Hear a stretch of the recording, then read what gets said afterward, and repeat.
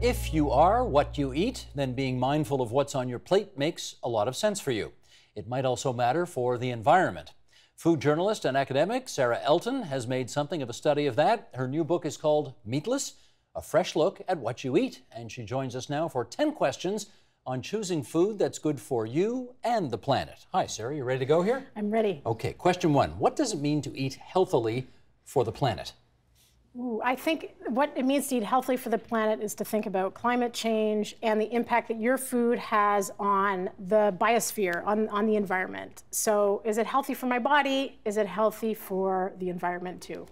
Taking each season into account, is it possible to eat local food in Ontario all year long?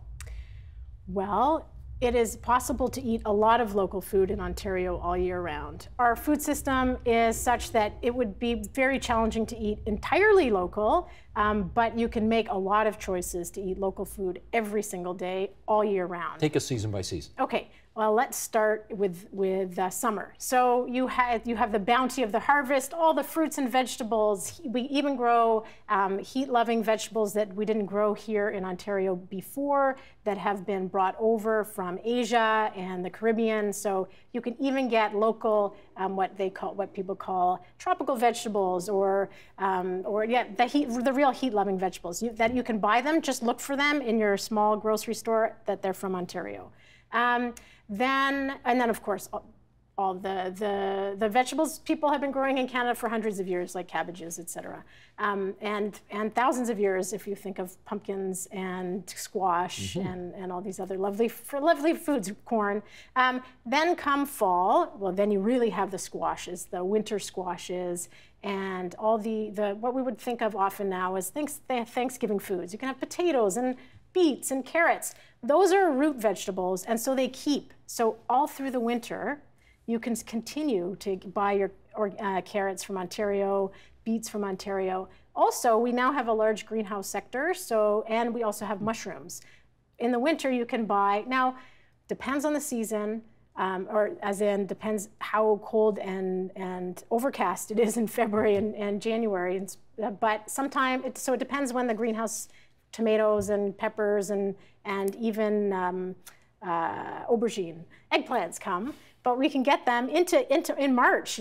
There's always the first eggplants that come from the greenhouses and peppers, and then you get into spring. I find the hardest time is maybe April, because all the root vegetables have been eaten. I think of, oh my gosh, what did people do before we had this major industrial food system? How hungry were they in April? Because the greens that are just coming up, though so many farmers now are starting to extend the season and produce so much more.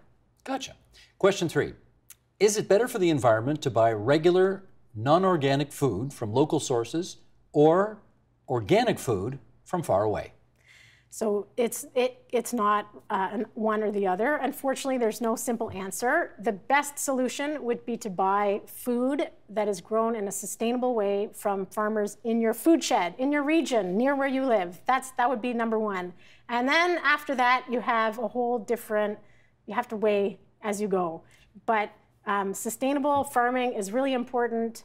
That doesn't necessarily mean you should be buying long distance organic. Question 4. What's the best way to get started growing your own vegetables?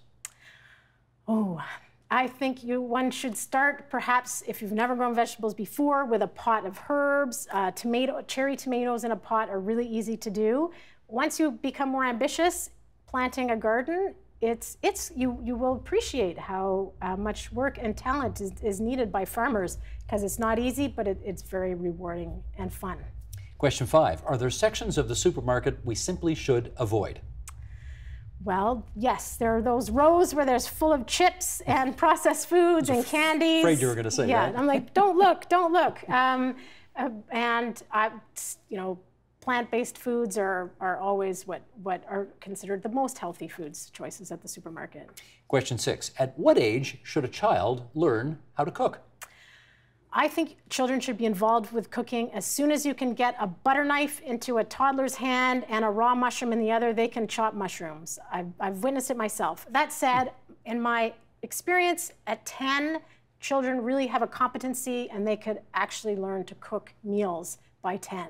But you can start, you should start to getting your kids involved in the kitchen as early as possible, because as just from a parenting strategy, it's much easier to have help than not to have help. Okay, that's the age. How about for question 7, what meals would be best to start someone who is learning how to cook? Probably a weekend dinner, if you don't work on the weekend, where you have time to work slowly together, because it's going to take time and it's going to create a mess, but children should be involved in the cleanup as well, every day. That's the husband's job where I live. Anyway, question 8, which common ingredient should people rely on less? Probably meat. That would be what we should eat less of, because of its direct correlation with climate change. Question 9, which common ingredient should people rely on more? Oh, what common ingredient should people rely on more? I'm going to vote for legumes and lentils and these delicious meat alternatives that I love to cook. You say delicious. Okay, are they delicious? Never mind. Okay, is there chocolate in them? No, can't be delicious. Question 10, what's the most important habit people should get into in order to cook healthily? The most important habit would be to not waste food, because if we're thinking of health in terms of the environment, the #1 cause of food waste in Canada are people in their homes. Almost 50%, 47% of people, and of food waste, is wasted by you and me, people like us.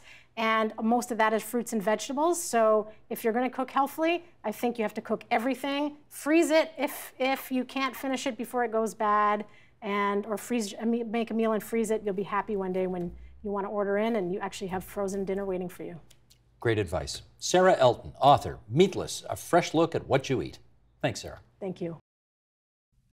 Help TVO create a better world through the power of learning. Visit TVO.org and make a tax-deductible donation today.